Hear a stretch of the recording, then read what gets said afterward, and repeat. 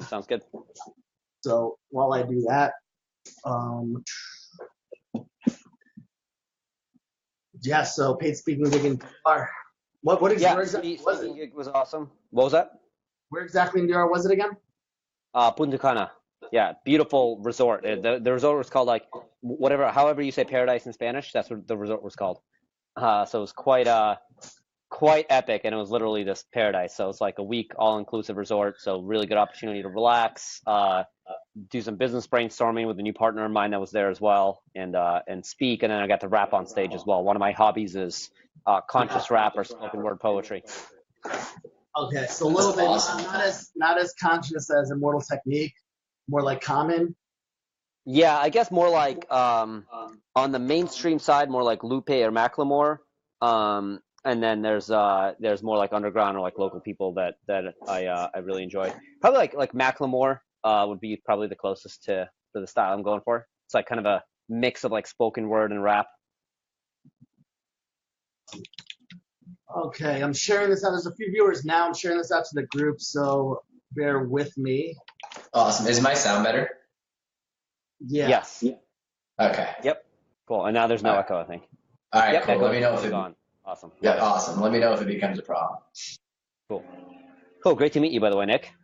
Yeah, definitely, man. Heard some great things. Thanks so much for jumping on with us and talking. Looking forward to hearing more about you, what you do, your business. I got your website just pulled up right now, so yeah, I'm definitely looking forward to talking further, man.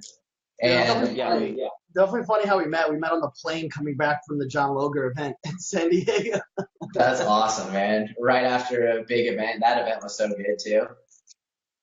Yeah, and it was funny because I was friends with John on Facebook, and we've kind of like we have like 200 mutual friends, but I didn't really know what he's up to at all. And then when Balls and I ended up sitting next to each other, I was just like listening to him talk about Facebook ads and pixels and clients and all of that. I'm like, hey man, you run an advertising agency, huh? And then we just started jamming on that stuff. Nice. Yeah, John's been a huge help. He's helped coach us, and he's helped us a ton in the last 4 months since we brought him on with pricing and new client acquisition and sales and lots of that type of stuff. I mean, we're closing a pretty ridiculous percentage now, and we're doing it properly. Nice. Love it. All right, let me get the pages up. Nick, why not in the office? Because he's home, Ross. I'm just pulling up the group and the Facebook page so we can monitor the questions. All right, so yeah, we got a couple of viewers on. Might as well get started. So Dmitry, go ahead and introduce yourself. I just invited you to the group. I know you've been poking around a little bit, so just tell everybody, what you're about, your story. Yeah, for sure. So I'll start with just kind of a little bit of a profile. So I guess identity would be like I'm a serial entrepreneur. I've got several different businesses. Main one of which that you posted about in the event there. I have an agency called Vision Tech Team. So we're like the tech and creative team for we're like the tech and creative team for people we consider visionary entrepreneurs out there in the online marketplace. So anybody from like Frank Kern in the info marketing space to like amazing.com in the e-commerce space, and just basically anybody that teaches major things, JJ Virgin in the health space. So people out there that are major influencers, we kind of do all their tech, creative, branding, Infusionsoft implementation, all of that. So we come on as their kind of tech and creative team. And through that, I also do a lot of marketing consulting in the sense that there's a lot of people that come on as clients that want to be like Frank, or that want to be like a lot of these top people, that then end up using a lot of our expertise for getting there, and then our resources for actually building out their funnels and structures and so on and so forth.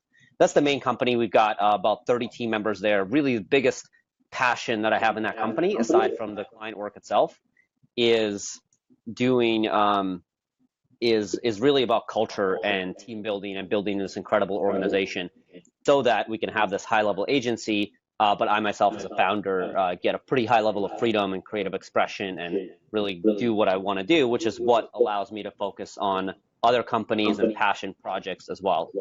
I'll list a few of the others. We don't have to dive deep into them, but I run you can consider kind of like an accelerator for young entrepreneurs that I co-founded with Yannick Silver about 4 years ago. So a group called Maverick Next, which is for young entrepreneurs 25 and under who already have six-figure plus businesses. We introduced them to really high-level mentors to basically accelerate what they're doing and point their direction towards greater purpose and impact in the world. Other company that I've also started with Yannick, and that I'm now kind of phased out of, but I helped them launch it, and basically the CEO of that for the first year or so since this inception, called Evolved Enterprise, which coaches businesses and gives education on how to incorporate a greater impact and purpose into a company while doing so in a way that uncovers greater profits. So the like standard example of that is like you look at a company like Tom's Shoes, one of the most successful shoe companies out there that retails them online, but through with every pair of shoes, right? They donate a pair of shoes, and now they've got this whole marketplace that they're going out there and promoting, where every purchase is impact driven. So we help companies implement business models like that into what they do in a way that creates greater profits. And then most recent two ventures, one that's being birthed right now. So it's called InfluX, basically taking personal brand sites that we build for like 20 to 25K for these high level influencers. And long term, we're building a SaaS that'll be like what ClickFunnels is to funnels. InfluX will be the personal brand site. So you can go on there and get a beautiful personal brand site. The way we're doing that now, before we actually get there, and this is something we're launching literally next week, is doing 5K packages for high-level influencers that are much more systemized than what we do on the 20 to 25K side, but basically make these beautiful personal brand sites more accessible. And then as we get really good at that, then we'll launch the actual software. And then most recent venture, this is exciting. I'm excited to share some of the concepts and content from that today, called Agency Accelerator. So working with agencies both through coaching and consulting, and then what it will eventually be an information product. Birthing it through actually working with agencies, more of an assessment and a consulting level before we get to the info product, because I really believe that products should come from working with people in the actual marketplace, not from theory. But right now it's taking a lot of what we've done to scale our own agency and what I've done with kind of private consulting clients and students, and creating a system out of that for people who already have, whether they're a six-figure agency or they're just off the ground and they're doing this full time, maybe they've got a couple of team members, the essentials to scale that to 7 figures and beyond. So probably a lot of the similar conversations you guys are having internally right now with your agency. So that's the stuff that I get really passionate about, knowing that there's a few core things that, when applied, significantly help somebody scale, and they're actually different from a lot of what's being taught out there in the marketplace. Outside of that, personal, I live in sunny San Diego. I've got this beautiful ocean view from my room here, and really get to live the life of my dreams in paradise. Do a lot of spoken word and conscious raps. It's a huge passion of mine. Kind of play in a lot of different spaces, but I'd say the thing that combines them all is this idea of making the world a better place through business and artistic mediums. Wow, that's an impressive background. That's awesome. I love talking to people who, there's a lot of coaches and courses and that type of stuff out there, but I love that you have an agency you're actually implementing and doing while also working on coaching and working on scaling. Like you said, things based on theory don't always pan out quite so well. Right. So that's awesome, man. How long have you been, an entrepreneur? When did you start working on some of these companies, and what, led you to go down that path? Yeah, I love that question. So there's a few, I guess, different starting points I'll identify. So I'm 28 years old now. I was 22 when I graduated college, and started my first agency senior year in college, and kind of graduated, started building that full time. So that would be the point that I would say I dove full time into. I'm committed to entrepreneurship, and this is all I'm doing. But it really goes back before that. I immigrated to America when I was 7 years old. I was immigrant family, single mom, raised me and my brother here. So pretty much as early as I could, 13, right before the legal working age, I rode my bike all around town to go get myself a job. And I've been really working ever since. Started doing snow shoveling and local services businesses when I was 13. Started a hosting company when I was 16 that I put my life savings into and totally failed. And then it was really like 19, 20 in college that I started experimenting with First, it was direct sales, and then blogging, and then realizing that a lot of people needed what I wanted in terms of my tech skills to build a blog. Started selling that to other people in the direct sales industry, and then in the small business world, and then that kind of emerged into what is now this agency with 30 plus people and kind of like this top brand in the market. Let's talk a little bit about that. So a lot of people in that position, when they start that freelance journey, right? Because it's essentially a freelance journey. Hey, I'm going to take the skill and I'm going to sell it to people that need that service. How did you transition that? And we'll get into some other stuff later. There's a ton of shit I already took notes on. But how did you transition that from being a freelancer, taking on jobs, to transitioning that to a team, taking on customers or clients? Yeah, really great question.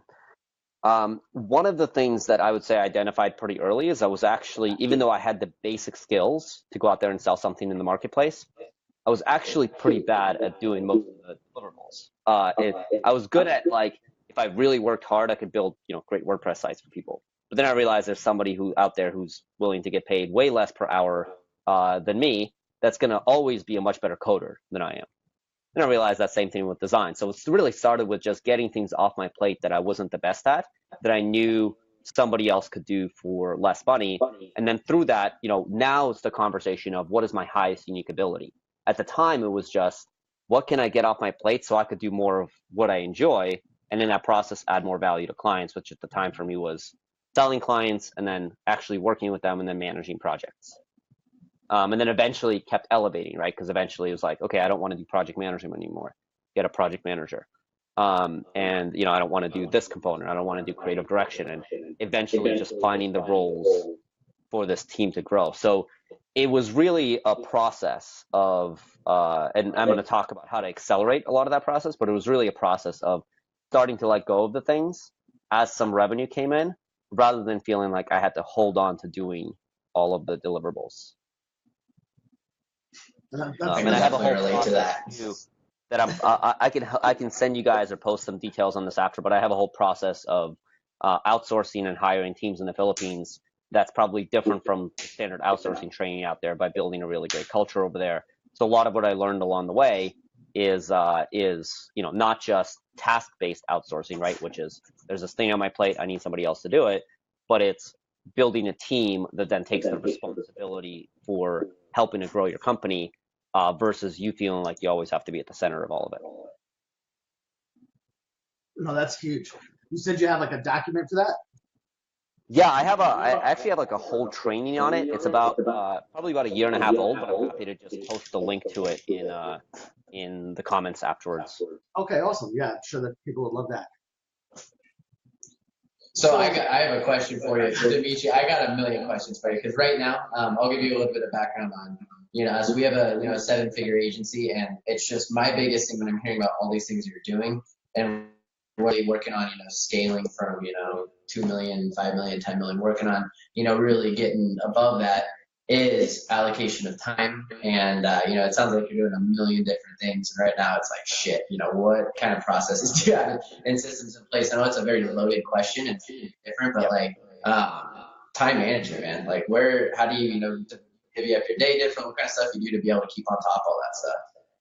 Yeah, so I'll answer that question in two ways. One is, I'll first answer the specific question, which is the time management question as far as me, but then I'll answer it in the kind of a more meta way of what makes this possible. Because a lot of it is not, like, if it was all centered around my ability to manage my time and my strengths and my weaknesses, this would not work, not with as many brands and ventures, and even with this many clients. So a lot of it has been, I'll first, with my own time management, I use a tool called Self Journal, which has been freaking amazing. I think you can go to like bestself.co, or you can order it on Amazon.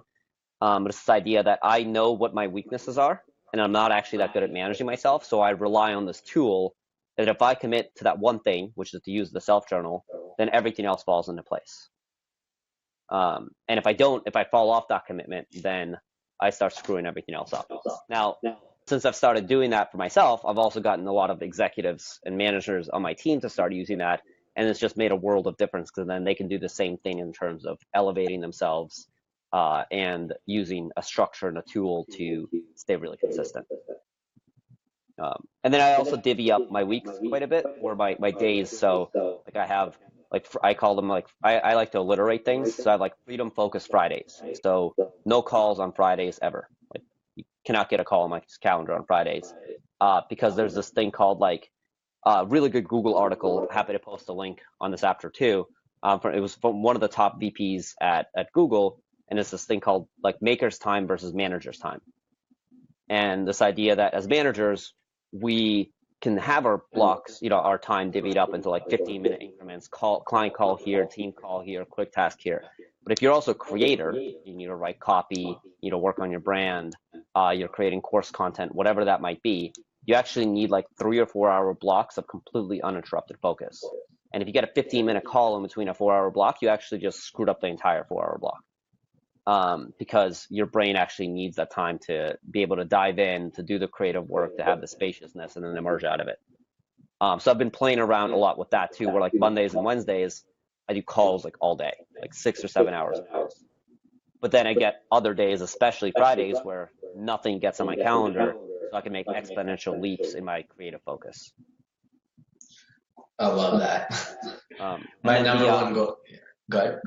Yeah, I was to say the other big answer to that, which we'll talk. I'm happy to dive into like more detail on this call today around this, which is really this, is learning to elevate and get myself out of the way, so that it becomes less about me and more about empowering leaders.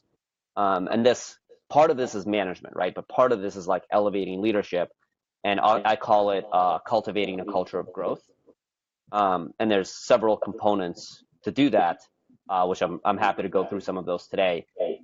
This idea that if you actually create the right culture and the right team structures and the right systems, that you can actually start to extricate yourself and your weaknesses, because we all have them as entrepreneurs, out of the successful delivery of client services, successful sales, and all of those things. And there's systems and processes to really accelerate that process so that it's not all up to you. Definitely sounds like something I'd like to dig a little deeper in. One of my biggest goals right now is getting off the phone. Today we had someone who specifically I've got, a head account manager, got a couple account managers now, but got a head one, and she got a response back from one of our clients that said, "Let me know when I can talk to your boss. I don't want to talk to you." And that was me, because I had like one conversation with him a while ago to sell him on board. And I told her to respond back and say, "Hey, you're in charge." And he just left. But it's one of those things that like we're starting to set a line in stone where it's like, you're in charge, working on the empowerment. So I'd love to hear more about some of the things that you're talking about there, because that's one of my goals, is to pull myself off the phone so I can work on more of the longer term, assets, brand building, webinars, new ways to get more in, new products that we can offer in our funnels. Yep. So definitely interested to hear a bit more about that. Love it. Cool. So I would love to, if I could, I'll do like 10 minutes probably of screen share to dive into some of this model. And then, I'll say first, like I have this premise that, and this is a lot of what I'll be teaching in Agency Accelerator coaching, is that a lot of what's being taught out there in the marketplace, when you open up Facebook, right, and you're a consultant or an agency owner, the most ads that you see are usually, here's how to get more clients. Here's the new sales system to get more clients. Everybody's talking about how to get more clients, right? And everybody's talking about the sales system and selling techniques and so on and so forth. And to me, I actually believe, at least for the way that I've built my agency, and when I look at most of the really successful top brands out there that do services, or top agency brands out there, there's actually not a conversation inside of those agencies, just like there usually isn't inside of our agency, of, hey, how do we go get more clients? And we've almost never actually had that conversation. Like it's the getting more clients piece has emerged from the way that we build our company, from having a really, really great culture, from having incredible deliverables, from doing great work for great people with reputations. And then that has naturally created this sales process for us that actually isn't sales. It's more so people from the marketplace come in and say, hey, how can we hire you guys? And we're in web design, which is like the most like, I call it like one of the most competitive low priced, low barrier to entry industries, and we've been able to build this in this, right? Where people are out there doing $3 an hour work that technically are competitors to us, right? And we're out there selling 6 to 10K a month retainer packages or more, and there's usually a list of people that are wanting to work with us. So to me, I believe if you want to build a 7 or 8 figure agency business and you don't want to always be on the hamster wheel of hustling sales and dealing with all of that and then managing a ton of expectations, it's taking this approach, which is a little bit more of the longer road, will actually yield much greater results. So that's where I'll kind of sounds like the dream, man.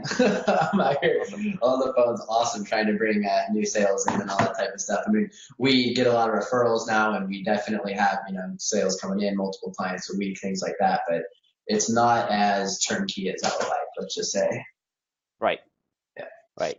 So I'll share a little bit of what. Can you guys see my screen here? Yeah. Now I'll share a little bit separately. So from this presentation of what we do with culture, and I have this little model, and we'll jump into a few of these things specifically. I'm also a fan of sacred geometry, so kind of see like the seed of life here. So this idea that it ultimately all starts with vision, and then all the other components of culture and systems are things that amplify your ability to get to that vision. So the question I ask a lot of entrepreneurs to start with, and I'll ask you guys this, and I have a prediction of what the answer will be, is do you guys have a vision for what you're creating? No, actually, I was at a strategy session yesterday with my coach, with John Logan, in New York City, and one of the things he did bring up was, and it's kind of along the lines is, what do you want your business to look like in 2 years? Yep. Right. So kind of like that concept. So for this, I started writing that out yesterday. I have done that for my other businesses in the past, where I projected out my 3, 5, 7, 10-year goals. And it's kind of crazy when you do something like that and you have it down on paper, even if you don't look back at it, how in my other businesses, I was able to beat those goals in a shorter period of time. Right. And then the key thing here is, and as you've probably identified for yourself, your honest answer right now is no, you don't have a vision. And most entrepreneurs, that's actually their honest answer. But the first question every entrepreneur the first way every entrepreneur will answer that is, I have a vision. Of course I have a vision. And then the follow-up question to that is, okay, do you have a vision that is written and published in a way where your team, your clients, and the rest of the marketplace, especially people that you're recruiting for your team, can see, right? And the answer to that 98% of the time is no. We don't have a published vision that guides the marketplace as far as where we're going, right? And that becomes the first piece, because everything else centers around that.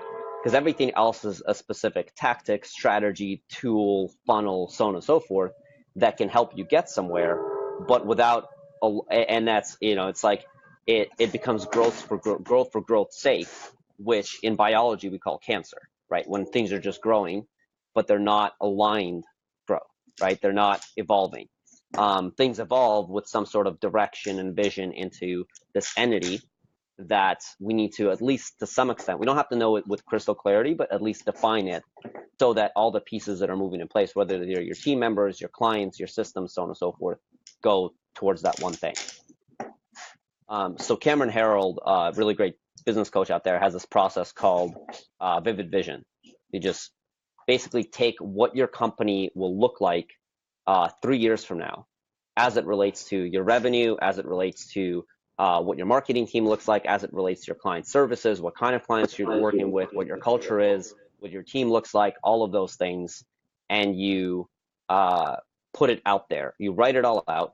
You maybe get a copywriter to edit it for you, get a design team to finalize it, and then you put it out there and you say, this is where we're going. The minute you do that, you put this flag in the ground, and you say, this is where we're going, and you bring people with you. So I'll show a quick example of this in a second, but this also becomes, I'm going to full screen this for a sec here. So this also becomes a lighthouse for great talent. So every great organization, especially agencies, where by nature of building an agency, you have to have great people doing the deliverables, right? And if you don't, then you'll constantly be on this hamster wheel of selling clients and then being frustrated because your team is not delivering to the level of expectation that you're selling to, which is probably one of the most common agency challenges out there, which is why there's always this hamster wheel of we have to go get more clients, rather than creating a business model and a team where you don't actually have to get more clients, and when you do want more clients, they're just knocking on your door. So really clear vision becomes this lighthouse for great talent, even if you can't afford the talent quite yet, right? Even if people will come to work for you if you have a vision for a lower if you have a great vision that they align with for a lower compensation than they would take otherwise, because they know and trust where you're going and that aligns with where they're going.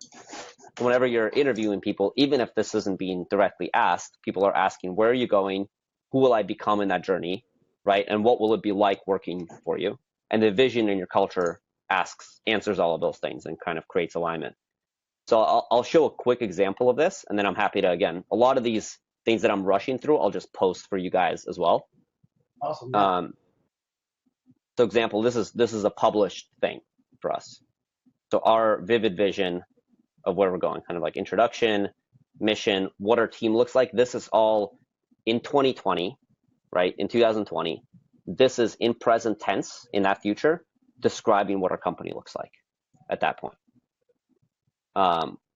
So it's taking current reality, projecting into the future, and saying this is where we're going. We don't have to know how to get there yet, because that's strategy, right? But this is kind of like that lighthouse for where we're going. All of our core values are in here. What we do, our systems and processes at that stage, again, without as many specifics, but kind of like the guiding post. And I would argue that until you have this piece, it's actually really hard to scale with any consistency, even if you have the best scaling strategies out there.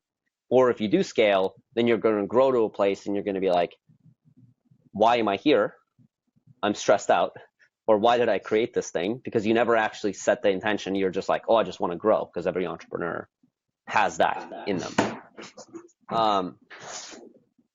So this is one of those things that I would say, like, this is the biggest difference maker, and then everything else kind of comes out of this. I'm going to jump back to my keynote here. And then there's there are components, some of which we'll go into here. I would say, like, the left side of this chart would be everything on culture, and the right side of this chart is everything on systems. And there's a lot more than these specific things, and I don't know if we'll have time to go through all of these specifically today, but I'll kind of do like a super quick overview. And I'll ask you guys actually this right now on the call. Do you guys have core values in place? No. Nick, do you? We got pieces of this, but not as strong as it should be, and definitely not a PDF version of it written in the present tense. I love that. That's awesome. Yeah. So, but definitely got an idea and vision and wanted it to be, and I've written a lot about it. But as far as it being visible for everyone, not so much. It's mostly internal to you and Ben, right? You don't have it. I mean, or yeah. So at that point, it's not useful, because your managers they don't know, and the rest of your team, as well as your clients, right? They don't know where you're going. So there's a transactional relationship there, which is only sustainable to the extent that transaction makes sense. And as soon as a new competitor comes in, or as soon as somebody else comes in with a better culture, a better vision, or better compensation to recruit your people, they'll leave. But if you have the vision and then the core values, I would say, like, the secondary greatest piece. And I have literally like a poster of ours up here in my office. Core values are like guiding principles for this is how your team should operate. This is what we hire by, fire by, and manage by.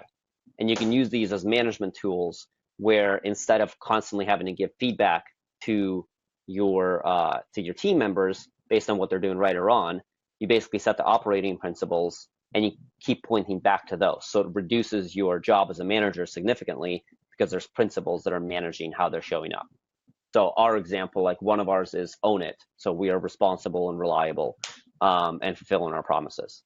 So anytime somebody's not measuring up to that, instead of having a long coaching conversation, we can actually just ask them, hey, do you feel like this is a representation of this core value that you subscribe to by being here? And if it's not, then what can you do to adjust it so that it is? And that's where a supportive coaching conversation comes in. But it's not this accusational conversation. So again, like vision first and then values, those two things drive so much of the foundation of a business. And then there's a lot of other things on the culture side. I'll kind of skip some of these for now. And then on the system side, there's to help tremendously with feedback. For you guys, if you don't mind answering live here, how big is your team or people doing deliverables? Yeah, we've got 8 full-time and then about 4 different vendors that we use, a design shop, and then we got a VA in the Philippines and, some off copywriters. Yeah. So one of the challenges that a lot of entrepreneurs have in coaching their team is you oftentimes don't have the time to actually have one-on-ones with everybody on your team to give them specific feedback on how they should be showing up in a way that supports your company. And then sometimes a couple of months go by and then you're like, well, this person's not really working out. We got to let them go, or we got to have this coaching conversation to get things back in alignment and integrity.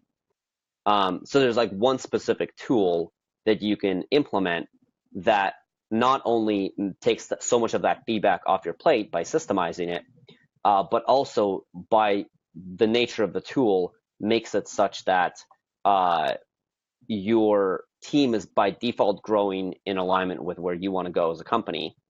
And then you get to just like check in on whether that's happening or not. And I'll send you guys, again, article on this too, but it's called the reflection ritual. And basically a questionnaire every 2 weeks. And we do it every 2 weeks before payroll. We started doing that because people weren't filling it out. And we said, we're not going to pay you until you fill this out. And it's a 15-minute process, but it gets somebody to stop and reflect on what are they actually doing? How are they growing? How are they showing up? What are their challenges?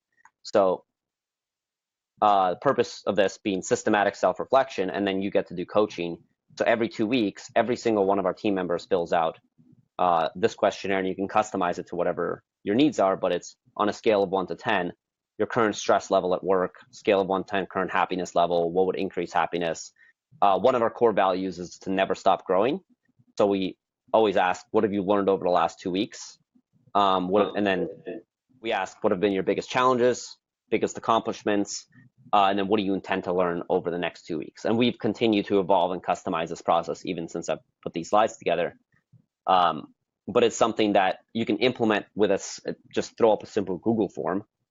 And this is something my partner and I are also accountable to filling out. So I fill this out every 2 weeks. It goes to certain people on my management team, and they get to see what my reflections are. But when this gets sent to you, so let's say you're working with an account manager, they send you this, and they say under biggest challenges, they say, hey, I'm really overwhelmed. I'm managing too many accounts, and I'm doing things that are outside of my skill set. Once you get that level of vulnerability through a few times of doing this, then you can go in and have a coaching conversation that's very targeted of saying, cool, how can we support you with this specific problem, right? Whether it's less accounts or getting you an assistant or putting a system in place, anything along those lines. But this, having everybody on your team, including you guys, consistently doing this, and it's a simple, really simple process to implement, now creates very consistent alignment in the direction that your team is going based on where you want them to go, and then gives you immediate highlights on where you can step in as a leader to coach them better. Wow, I love this. That's awesome. Every 2 weeks. I mean, and even just like I was just thinking for myself too. I go through a lot of these things. I write a lot often in a journal. It's not always as structured as I would like though. So a lot of these questions are really good. Yeah. Yeah, and I do that too. Like I big fan of journaling, and I journal a lot for myself, right? And that's a self-growth process. And then this kind of takes that and inserts a formal structure of it into the team.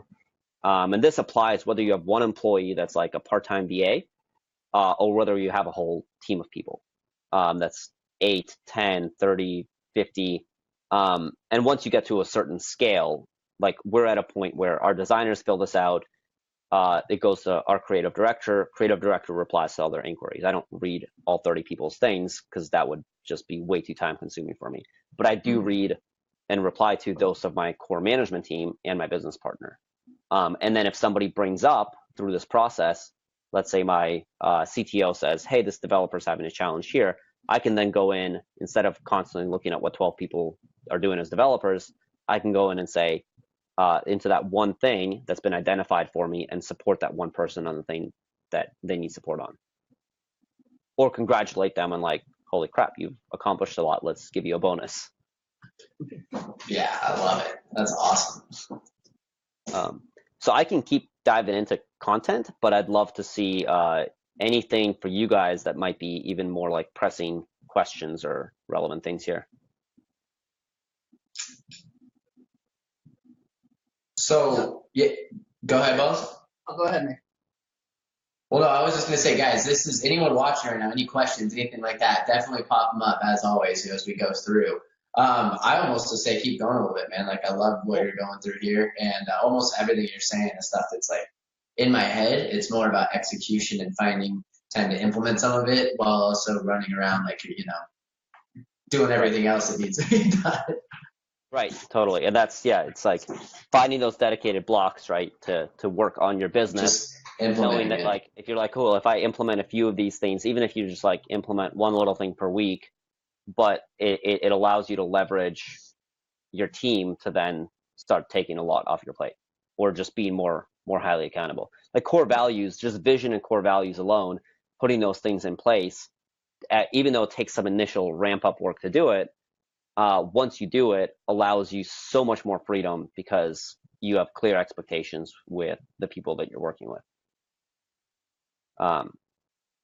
So other one, and I'm skipping around a bit here rather than going in the order of this, because this otherwise is like a 60 to 90 minute total presentation, and this is like just a sliver of the stuff I have here. But let's talk about meetings for a bit. So most entrepreneurs, especially companies that are in this growth phase, suck at meetings, and meetings are a huge waste of time. Cameron Harrell, again, I mentioned him with the vision stuff, also has a book called Meetings Suck, which is a great little pamphlet on this. Well, not pamphlet, but it's a great little book that kind of solves this problem. But in our world, especially having a virtual company with 30 plus people, we have some people in an office, but most people are distributed around the world. So getting really good at meetings has been crucial for us to keep this pulse. So rather than meetings being like this drag on you as an entrepreneur and on the organization and waste everybody's time, actually meetings should actually be structured so that they create momentum. And there's, for us, that we found three primary purposes for meetings. One is to create solutions to real problems. If you're getting out of a meeting and you don't have a bunch of solutions to execute on, the meeting was largely a waste of time. Two is to create a felt sense of connection. So important thing to remember as a team, you're actually just a bunch of human beings working together as a community for a particular purpose of delivering a service, working with clients, growing the company, whatever that purpose is. But remembering that you're a bunch of humans working together, and it's important to create a felt sense of connection in the meeting. And there's a specific way of doing that that's really simple and powerful. And then three is to create measurable momentum, which is really just accountability meetings. So if you're having your weekly meeting, ensuring that there's accountability tracking through ideally a project management system, where end of every meeting, you recap the to-dos, and then at the beginning of the following meeting, you see what's accomplished and what's not. And you don't have to dive into details if things aren't accomplished, but you start to have the actual accountability of, did I do the thing I said I was going to do, or did I not do it?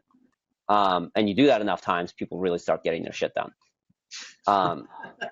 So these are the three primary purposes for meetings. And if you don't have these three components in a meeting, the meetings aren't something that can create enough momentum for your company. So rather than, I'll kind of like summarize the different kind of meetings we have. But one is our weekly management meeting. This book called Traction calls these the level 10 meeting, in the sense that you rate it on a scale of 1 to 10, and hopefully it's a 10, or you get closer to a 10 every time. And the purpose of this weekly management meeting, which is 60 to 90 minutes with a preset agenda, is to identify and solve any ongoing issues in your company, whether they're a specific client issue or a systems issue, or we need to hire somebody. And then you go through this process called IDS, so identify, discuss, and solve the whatever the issue is. And you don't allow yourself to move on to the next issue. So don't, there's all these tangents that happen all the time, like, hey, this client is having this problem, and that's the issue, right?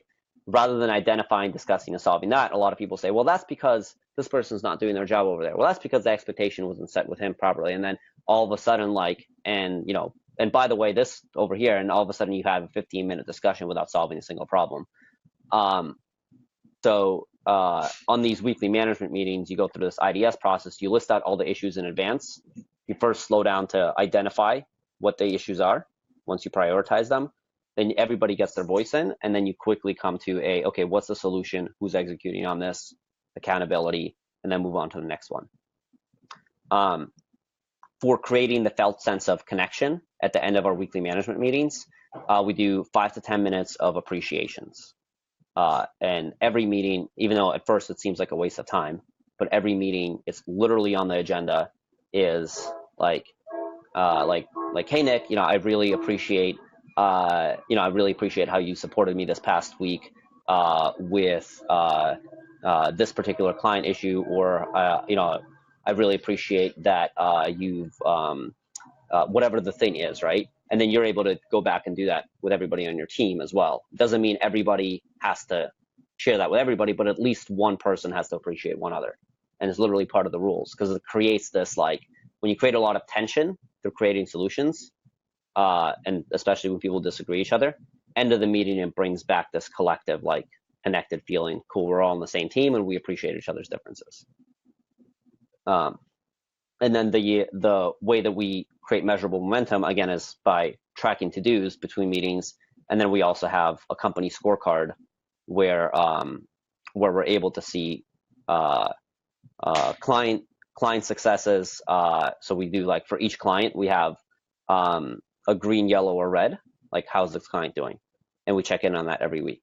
Obviously, the goal is to get to more greens, and any yellows or reds we put on the issues list. And then we have our financial metrics as compared to our goals, and so on and so forth. So 5-minute check in at the beginning of every meeting on how are we doing, because that creates this sense of momentum. I'll skip these two. Quarterly meetings. Are you guys currently doing quarterlies on your end? No. Not officially, definitely no. Yeah, so setting like a 1-day strategic, it could be a 1 day or a half day, preferably 1 day, where you get to do the same thing in terms of IDS, right? Of identifying, discussing, and solving issues. But instead of it being like specific micro issues from the week or from the month, you look big picture. You're like, okay, an example of an issue on a quarterly meeting might be, are we still on track with the right target market? And then you have a big discussion about that to ensure that for the next quarter, you're either still on track with that, or if you need to change your target market.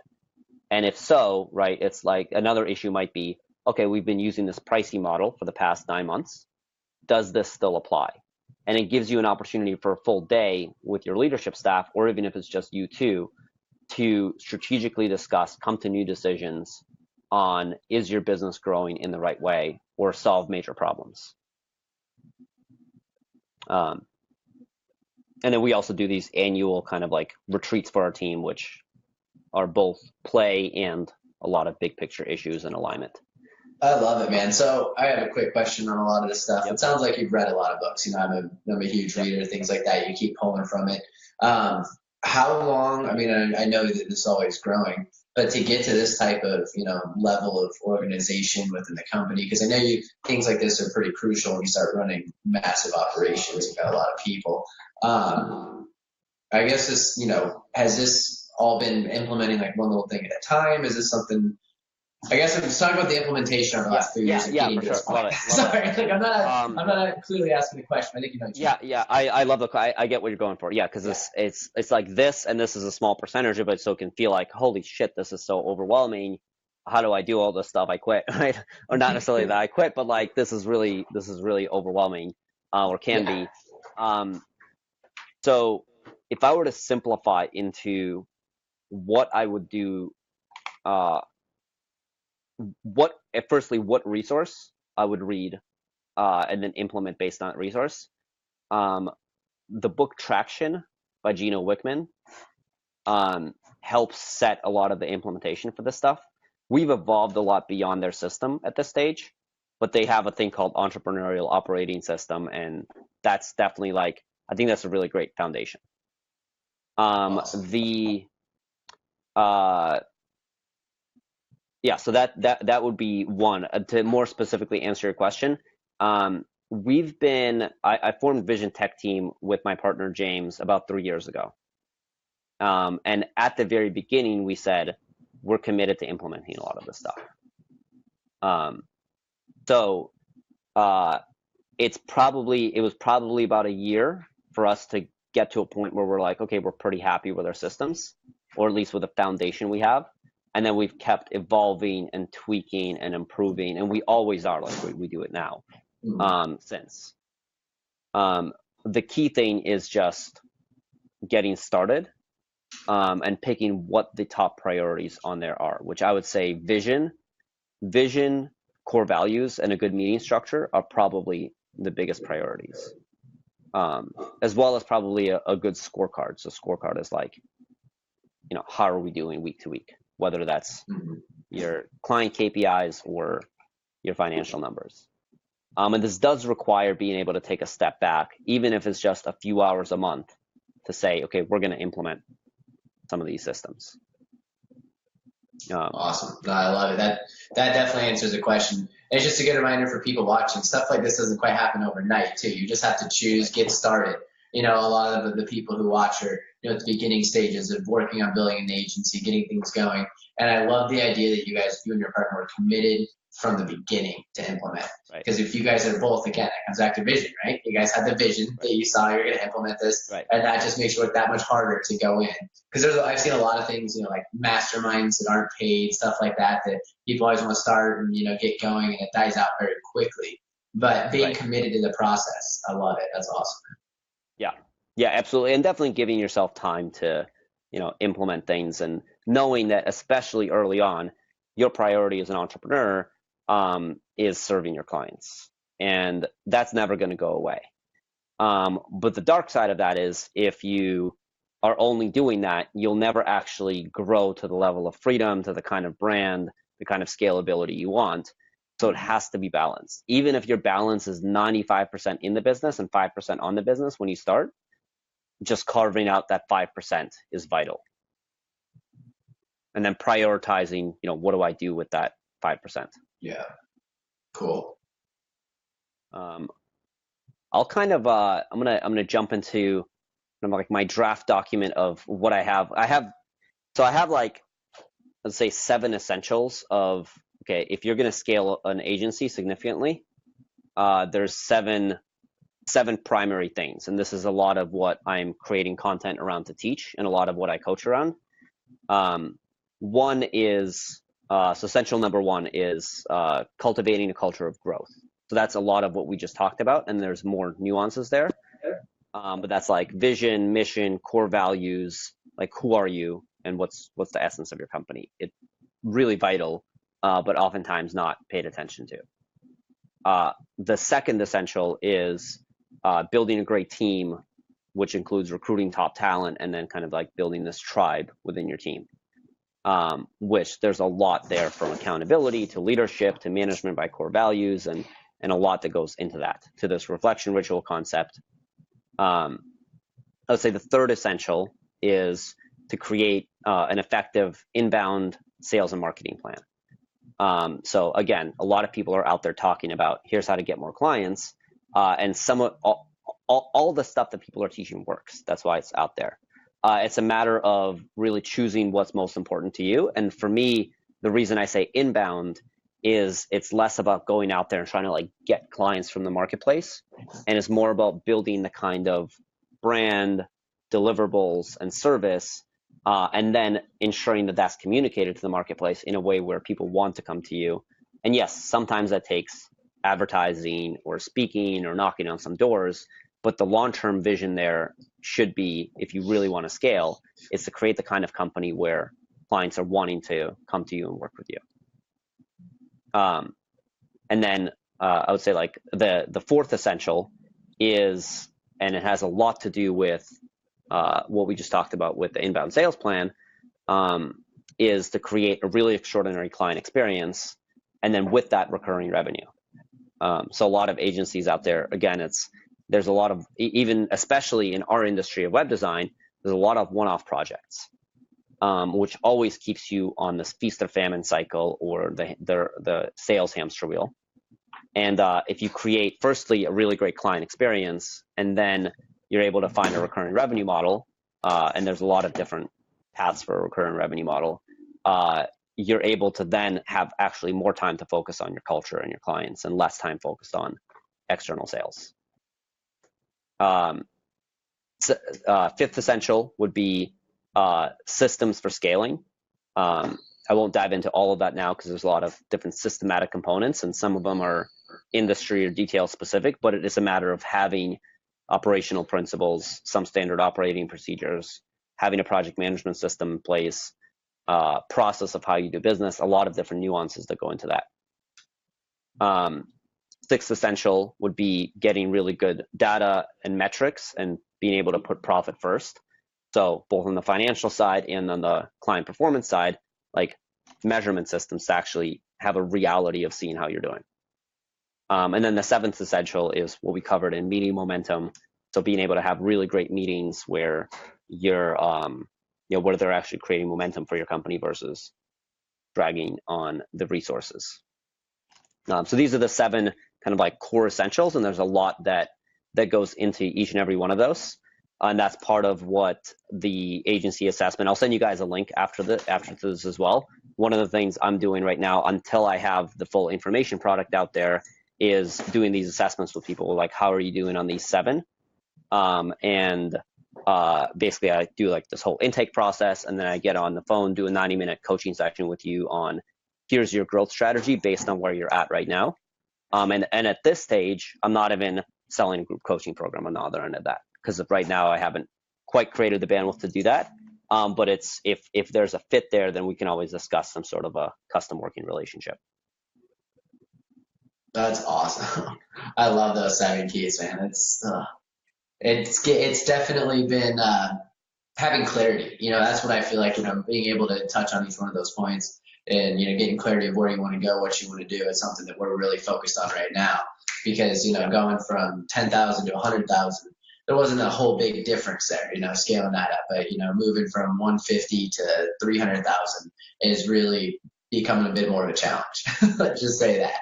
So I love that type of stuff. And the inbound funnel is, it's the key, for long term, and consistent automated stuff coming in the door. So that's excellent. I actually have some friends who do web design agencies, and they've been asking how to get recurring revenue recently. So I know that they've run into that. We stopped basically doing web design at all at our agency and only focus on one core product and funnel, because web design can be a little. Yeah, it's a crazy business. It's part of how we've been able to birth so many of these systems and processes, is because it's really hard to survive in our industry without having so much of this stuff in place. Yeah. Like most people who go out there and build websites, pay for a website, and then the client goes away. We were like, no, we're going to do retainers. We're going to come on board as people's teams. And if that's, if people don't want that, then cool, they can hire somebody else, because that's not us. And through that, we've been able to attract all the top clients in our market. That's awesome. Talked a lot about teams and project management. What tools are you using for project management with your team right now? Yep. Basecamp for our primary project management system. And then honestly, right now we're a bit outdated in the sense that we use Skype for all our chats. For a number of reasons, we haven't moved to Slack. But we use Slack with some of our clients. But Basecamp as our primary system. and then Google Drive for storing everything. So we try to keep things simple as far as those go. Okay. And what's your team size? You mentioned your team size, but what is your team departments? What does your team look like? You mentioned they're virtual. You don't have an actual location in the Philippines. They're all independently located, right? Yeah, we now have an office, but most of them are still independently located. So I'm gonna show you a little bit of my back end. Hopefully there's nothing too sensitive here. Right, we're live and it's recorded, so. Yeah. Cool. No, So we've fortunately being a development agency, we've been able to build some of our own back-end wiki. This is totally not required to implement this stuff, so that it doesn't intimidate people. This is something we eventually plan to create a product for other agencies to implement with.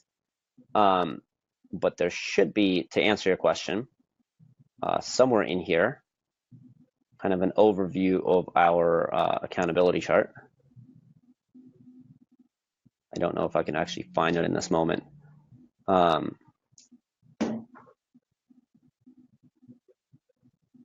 Yeah, might not be able to find it.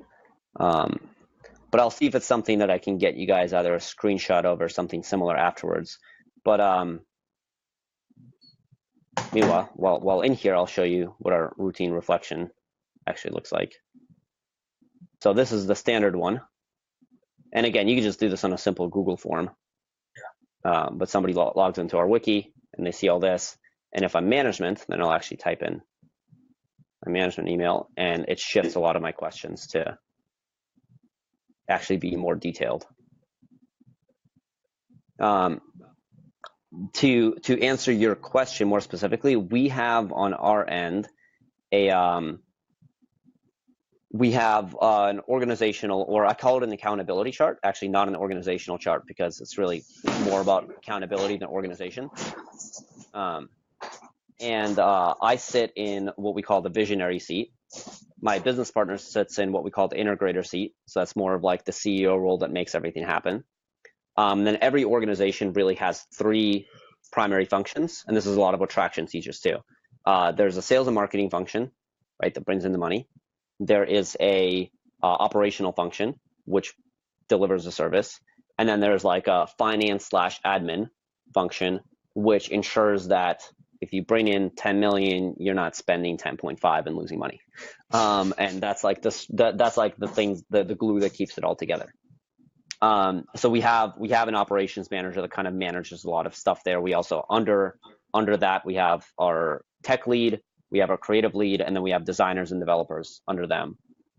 We have our sales and marketing seat, which I sit in right now. So you can have one person sit in multiple seats, but you don't want one seat having more than one name in it, because you want accountability for who's accountable for driving results in a certain area. So we actually have a super detailed like accountability chart. It took us a while to get to.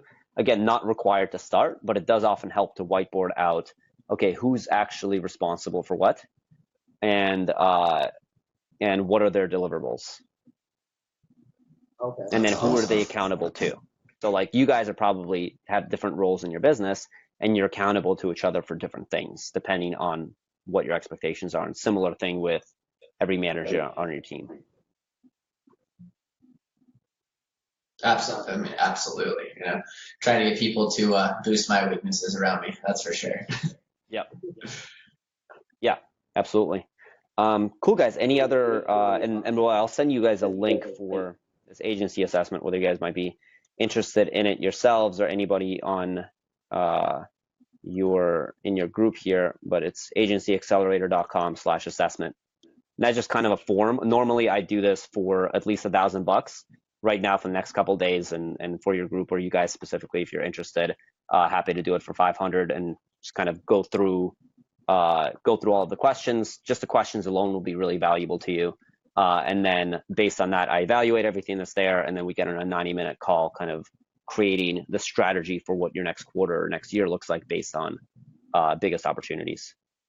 That's awesome, man. Definitely appreciate that. We'll make sure and make some posts about that as well, and boost it a little bit here. And also make sure that more people come back and watch. It's been hugely valuable. I love hearing from somebody who's got such the systems down, because my vision is to have something like that in a few years, because I got started a little bit later, into the whole game, and we're still trying to figure it out. But I love talking to someone who's got it so figured out, implemented, because I've heard of a lot of these things before, being a huge, self-development reader guy, things like that.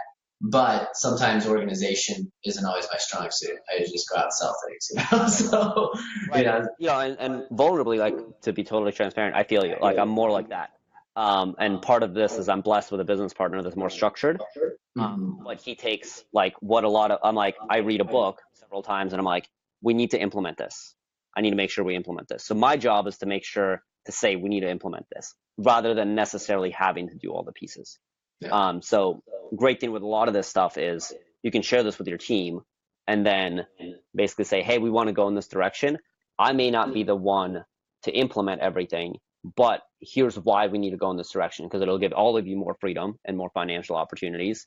So let's do this together, and these are the areas we need help in systemizing and putting that approach to help make it happen. Yeah, no, that's awesome. Exactly what I need to do. Awesome. Yeah. Cool. Well, guys, any last minute things here before we hop off? No, man, that was actually great. I would like to have you back to dive into the system stuff that we didn't get to talk too much about. Yep.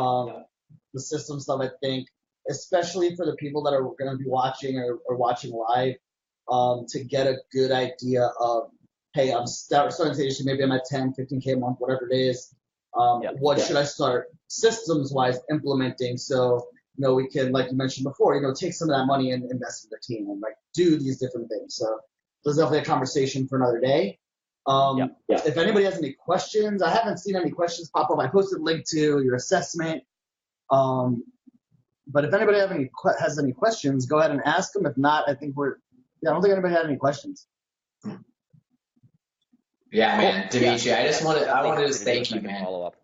Yeah, no, I just want to thank you so much. I'll look forward to connecting with you and starting following you and what you do. Really appreciate you taking some time to come on. We'll make sure and promote what you brought in here as far as the assessment, and make sure people come back and watch this, because this stuff is so important to scaling and getting bigger. Like, we're running into brick walls right now with some of this stuff. Like, I love everything you went through. I've already got several ideas from it. So thanks so much, man, for coming on. Awesome. Really, I love it. Really good to meet you, man. Nick actually pulled out a notepad, so Awesome. I love it. I appreciate that you guys brought me on, and again, perfect conversation here, because you guys are in this position where you're scaling and you're figuring a lot of these things out. So I was able to serve you guys on the call, and then in that process, like, a lot of people can watch and learn based on where they're at with their businesses. And again, I get really excited for people that are doing like 15 to 30K a month or 10 to 15K a month, and like, what are their next steps to get to multiple six figures. And then I get just as excited about people who are like you guys, where you're in the 7-figure range already, but there's a lot of things that, because you've got a lot of the business model in the marketplace figured out, but there's a lot of things where if you figure out on the back end, that's your opportunity to leapfrog. Definitely, man. We're seeing that very clearly right now. I never would have thought about it too much 6 months ago, but right now it's hit me square in the face. So, yeah, man, great stuff. I'll definitely be following, and I'll take a look at the assessment and everything else you got, man. Awesome. All right, Dmitry. Cool. Thanks for hopping on. We look forward to having you soon. And whoever's watching still, whoever's going to watch this in the future, check out the links there to the assessment. Get in touch with Dmitry if you want to go through that. And yeah, if you're watching on the page, make sure you join the group. And if you're watching on the group, make sure you like the page. Thanks again, guys. We'll see you next time. Tomorrow is fucking Friday, so open hangout tomorrow. Dmitry, I don't know if you know. On Fridays, we do an open hangout. Just call it fucking Friday. Friday. That's awesome. I tried to wash my swears. I do that on recordings, and then I'm like, oh, I'm in the wrong group to wash my mouth. Cool. So next time, we don't fucking care. Will be very unfiltered. I love it. Awesome, man. Thanks so much, Dmitry. Have a great one, dude. Yeah, absolutely. You too. Talk to you guys soon. All right, thanks, guys.